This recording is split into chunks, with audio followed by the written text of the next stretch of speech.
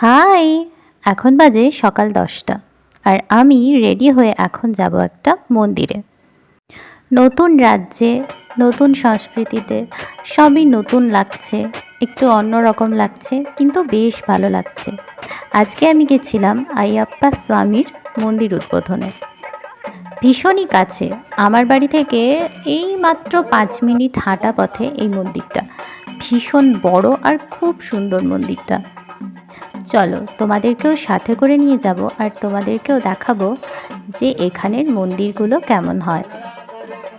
আমি যেটা দিয়ে উঠছি এটা হচ্ছে মন্দিরে ওঠার সিঁড়ি, আর ডান দিকে রয়েছে মন্দির থেকে বেরোনোর সিঁড়ি, আর মাঝখানে যে সিঁড়িটা করা আছে যেটা ফুল দিয়ে সাজানো ওটা হচ্ছে স্পেশাল সিঁড়ি। ওটা আইয়াপ্পা স্বামীর জন্য সিঁড়িটা বানানো, উনি ওটা দিয়ে উঠবেন।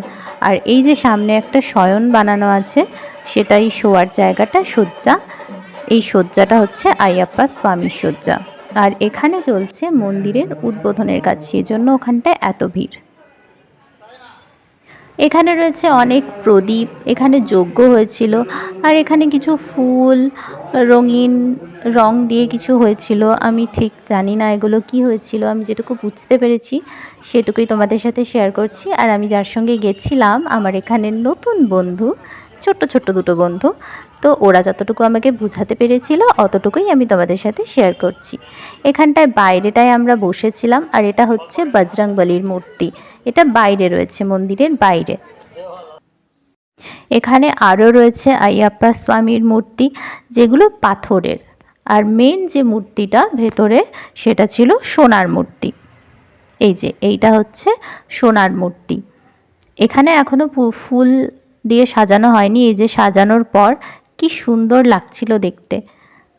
আর এটা হচ্ছে মন্দিরের চূড়া, এখানে উঠে সবাই জল ঢালছে, আর সেই জলটাই নিচে গিয়ে পড়ছে, ওই জলটা মাথায় নিতে হচ্ছে। তো আমিও এখানে উঠেছিলাম একটুখানি।